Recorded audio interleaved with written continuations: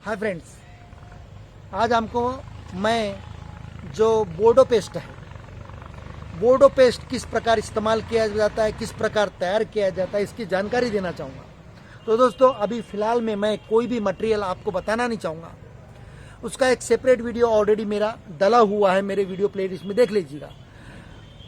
तो यहाँ बोर्डो पेस्ट किस प्रकार तैयार किया जाता है यह प्रथम बताऊंगा। उसके बाद में कौन से सीजन में उसका इस्तेमाल किया जाता है, उसके फायदे क्या है वो बताऊंगा मैं आपको। तो दोस्तों, सबसे पहले बोर्डो पेस्ट के लिए दो मटेरियल का इस्तेमाल होता है। वहाँ दो मटेरियल है, कॉपर सल्फेट जिसे मोरचूत कहते हैं और हिंदी में नीला थोता कहते हैं और अंग्रेजी में CuSO4 करके लिखा जाता है। तो वहाँ एक मटेरियल इस्तेमाल किया जाता है और दूसरा मटेरियल है चूना, इंस्टेंट चूना जिसे ताज़ा चूना कहते हैं। यहाँ दो मटेरियल का आपको इस्तेमाल किया जाता है। अब यहाँ कहाँ मिलेगा? सबसे पहली चीज़ तो यहाँ मार्केट में अवेलेबल हो जाता है। कहाँ पर? तो आपकी एग्रीकल्चरल दुकान है जहाँ पर सल्फेट, बिजाई वगैरह, रासायनिक खाद वगैरह जहाँ मिलता है, ऐसी एग्रीकल्चरल शॉपी पे आप जाइएगा और आप खरीद के लाइएगा।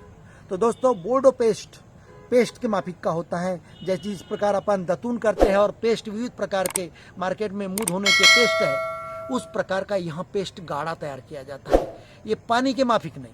तो अब इसके लिए क्या इस्तेमाल करने का? 1 किलो चूना, 5 लीटर पानी। दूसरा मटेरियल है कॉपर सल्फेट यानी मोरचूत या नीला थोता, 1 किलो तो 5 लीटर पानी। अब इसमें दोनों में एक ही समय इस्तेमाल नहीं करना है आपको। मोरचूत जो है क्रिस्टल के रूप में, दानेदार रूप में मिलता है। मोरचूत को आप पीस लीजिएगा, कूट लीजिएगा खल में और उसे शाम के वक्त मिट्टी के बर्तन में या प्लास्टिक के बर्तन में इस्तेमाल करने का डाल दीजिएगा। 5 लीटर पानी लीजिएगा और पिसा हुआ मोरचूत, आप कॉपर सल्फेट, नीला थोता उसमें डाल दीजिएगा और तब घुलेगा नहीं आपका। उसे डाल के रख दीजिएगा 5 लीटर पानी में, मिट्टी के बर्तन में या प्लास्टिक के बकेट में। शाम को करने के बाद सुबह उठने का 12 घंटे बाद, ऐसा कोई जरूरी नहीं 12 घंटा, 16 घंटा भी रख सकते हैं, लेकिन सुबह आप उठोगे, सुबह 12 घंटा हो जाता है। उसके बाद में उसको घोल लेने का।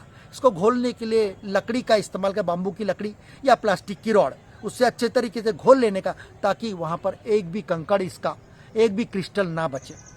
उसके बाद में आपको तुरंत ही 5 लीटर और पानी लेना है फ्रेश। और यहाँ पानी जब लेते हैं तो मीठा पानी अगर से मिले, अब शक्कर वाला नहीं, शक्कर डाल के, तो मीठा पानी यानी पोर्टेबल वाटर जो हम पीते हैं, ऐसा पानी का इस्तेमाल कीजिएगा। खारा पानी का इस्तेमाल करोगे तो थोड़ा बोर्डो पेस्ट का थोड़ा क्वालिटी बदल जाता है। तो डोंट वरी, बोर्डो पेस्ट में इतना प्रिकॉशन लेने की जरूरत नहीं, क्योंकि वहाँ स्टेम को लगाया जाता है। हम बोर्डो मिश्रण की बात नहीं कर रहे हैं। तो दोस्तों, फिर तुरंत में आप 5 लीटर पानी लीजिएगा प्लास्टिक के बकेट में दूसरे। तो इसके लिए आपको 2 बर्तन लगेंगे, दो यानी मटेरियल के लिए। एक मटेरियल शाम को डाल दिया, दूसरा मटेरियल 1 किलो चूना हमने 5 लीटर पानी में, उसे घोल लीजिए तो आधा घंटा लगेगा, पूरा घुल जाएगा। उसके बाद में तीसरा बर्तन लीजिए। तीसरे बर्तन में मोरचूत का जो द्रावण है, कॉपर सल्फेट का, नीले थोते का, वहाँ पूरा घोल के डाल दीजिए तीसरे बर्तन में, और वो रहता है एसिडिक। और उसके बाद में जो बेसिक कैरेक्टर का रहता है आम्लारी धर्मी चूने का, वह उसमें धीरे धीरे डालिए और घोलते रहिए। तो दोस्तों, इस प्रकार आपका हो गया वो दोनों का मिक्सचर। उसके बाद इसमें और एक चीज़ ऐड कर दीजिए। काय के लिए? तो जो दीमक वगैरह लगती है, वाइट एंट, जिसे मराठी में वाड़वी कहते हैं, जो तने को खा जाती है ज़मीन के अंदर से निकल के, तो इसके प्रोटेक्शन के लिए आप उसमें एक चीज़ डाल दीजिए। 20 ml नुआन यहाँ डालिए, और नुआन नहीं होगा तो क्लोरोपाइरीफॉस डाल दीजिएगा 20 ml, कोई भी 1-2 में से। यह मार्केट में मिल जाता है मेडिसिनल यानी एग्रीकल्चर शॉपी में। और फिर उसको डालकर आप वो पेस्ट को घोल लीजिएगा। घोलने के बाद में आपको 3 फीट तक, लगभग 3 फीट तक पेड़ से, अनार का पेड़ हो, अंगूर का पेड़ हो, मौसम्बी का पेड़ हो, संतरे का हो, सभी पेड़ों को साल में 2 बार लगाइए। एक बार आपको सितंबर माह के बाद, बारिश खत्म होने के बाद में लगाना है। दूसरी चीज, बारिश खत्म होने के बाद में, और एक बार आप मई जून में लगा दीजिएगा। आप अप्रैल में भी लगा सकते हैं।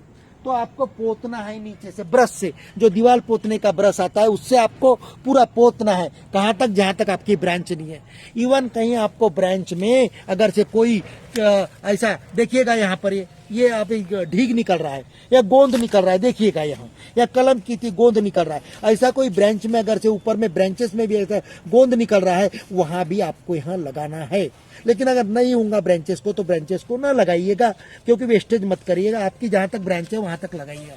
तो लगभग आप छोटे पौधे को भी लगाइए जो 2 से 3 फीट का 4 फीट का पौधा है, और जो अभी फ्रूटिंग वगैरह नहीं दे रहा है और गोंद निकल रहा है पौधे से, ऐसे इसको लगाइएगा। तो इससे क्या होता है, अभी क्यों लगाया जाता है, एक तो वाड़वी जो कहते हैं दीमक, उससे बचाव। तीसरा जी स्टेम बोरर, यह सभी चीजें जमीन में रहती है, छाल में रहती है, जो अपनी छाल रहती है पेड़ों की जो सूखी हुई उसमें रहती है, और फिर जब आपका फ्लावरिंग होता है तब अटैक करती है फ्रूट पे।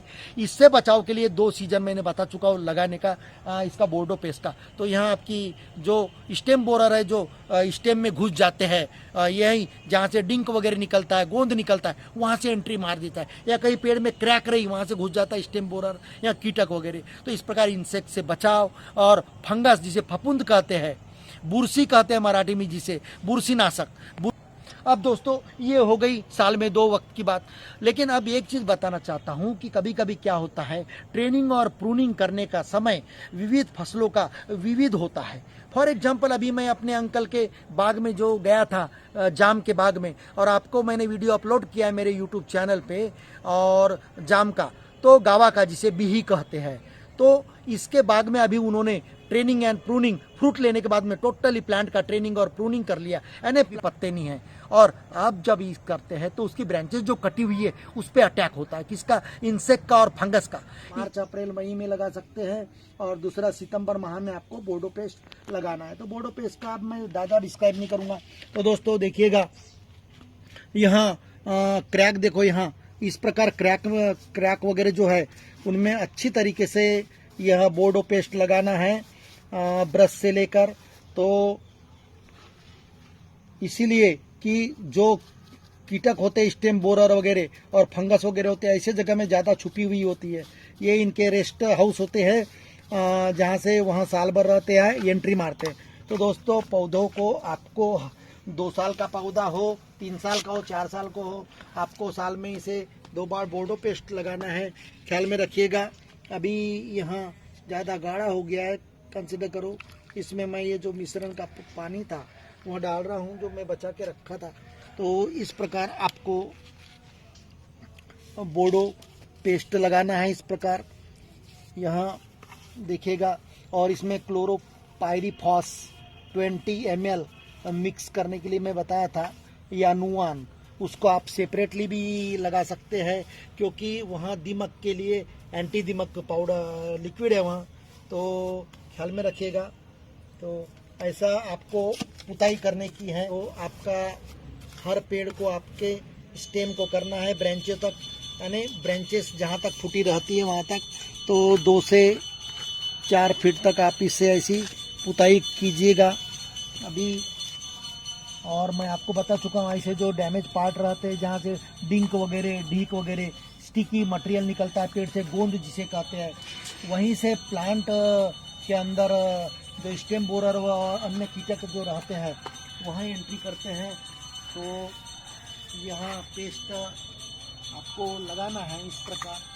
तो अभी मैंगो का सीजन चालू हो गया है, फ्लावरिंग का, आपको यहाँ बोर्डो पेस्ट पुताई कर देने की है। और उसके लिए मैं दूसरी चीज़ और बता चुका हूँ, यह बोर्डो पेस्ट है, और बोर्डो मिश्रण जो है जिसे बोर्डो द्रावण कहते हैं, वहाँ भी आप अभी स्प्रे कर दीजिए मैंगो को। तो यहाँ फ्लावरिंग के पहले एक बार कर दीजिएगा, जैसे फ्लावरिंग आ रही है, और उसके बाद फ्लावर आने के बाद में एक बार आप स्प्रे कर देने का। लेकिन वहीं प्रिकॉशन लेने की कि बोर्डो मिश्रण एक प्रॉपर रेशो में होना चाहिए, नहीं तो एसिडिटी और बेस इसका प्रमाण कम ज़्यादा होने से पत्ते जल सकते हैं दोस्तों, मोहर भी जल सकता है। तो थोड़ा वहाँ प्रिकॉशन लेना है। तो देखिएगा यहाँ ब्रांच यहाँ से स्टार्ट हो गई, मैं यहाँ तक ही पोतूंगा, कोई ज़रूरी नहीं आप यहाँ भी पोत सकते हैं। देखिएगा स्टेम यहाँ तक है, तो सिर्फ ये ब्रांचों को नहीं पोतना है।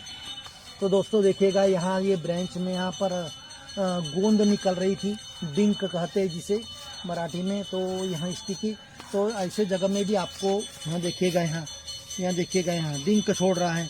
तो ऐसे जगह से जो इंसेक्टिसाइड और पेस्टिसाइड पेस्ट जो रहते हैं या एंट्री मारते हैं तो दोस्तों कीटक ऐसे, तो ऐसे जगह पे आप कम से कम साल में जहाँ पर घाव रहता है, जहाँ पर अपन काटते हैं, कट वगैरह करते हैं या तो कोई इससे घाव हो जाता है, इंजरी हो जाती है प्लांट को, वहाँ से डिंक छोड़ता है प्लांट, तो ऐसे जगह पे यहाँ बोडो पेस्ट लगाना अति आवश्यक हो जाता है।